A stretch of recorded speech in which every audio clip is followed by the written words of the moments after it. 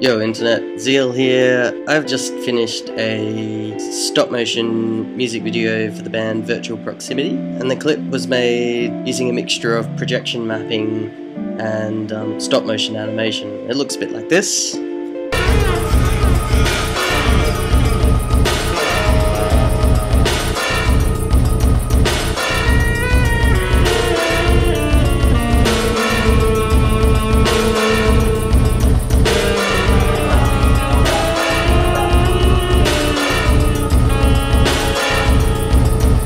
I put it together using VDMX and MadMapper, and along the way I found a few shortcuts, a few ways to automate the process, and I thought I might share them. So right here I've got a basic VDMX setup.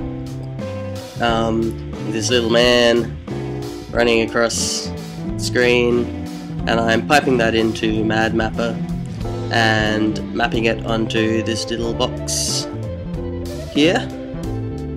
So you can see him sort of run along the side of the box. The problem I hit was I needed to animate a whole variety of elements and make it reproducible.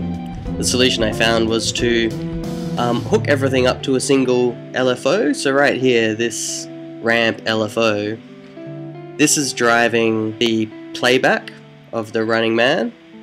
It's also driving his X position, so he runs across, and it's also driving the bars moving in the opposite direction. So you see, if I move the slider, I can scroll through the animation.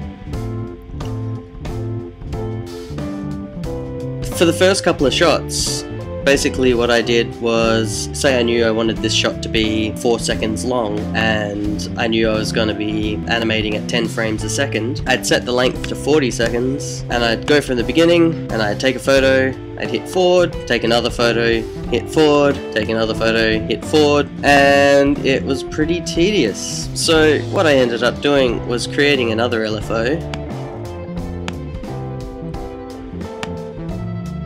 and making a square wave, square, square, square, and what I've got is a cheap little intervalometer.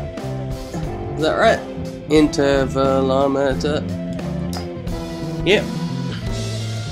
At the moment I've got it set to shoot every 4 seconds, so what you can do is set the second LFO to 4 seconds, hook that square wave up to the forwards on the LFO 1.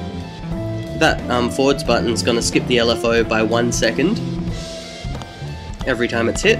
You can see it just bumps the animation forwards. So now, if I hit start on my intervalometer and start the LFO at the same time, it'll take a photo.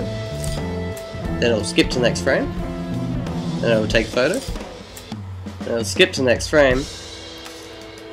So when shooting longer sequences, this just automates the whole process, makes the whole thing a lot easier, and VDMX ends up being actually a pretty handy animation tool.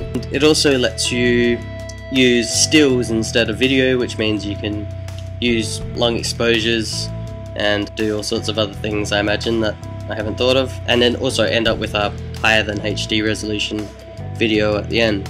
Yeah, so maybe I'll let this run and then show you the result.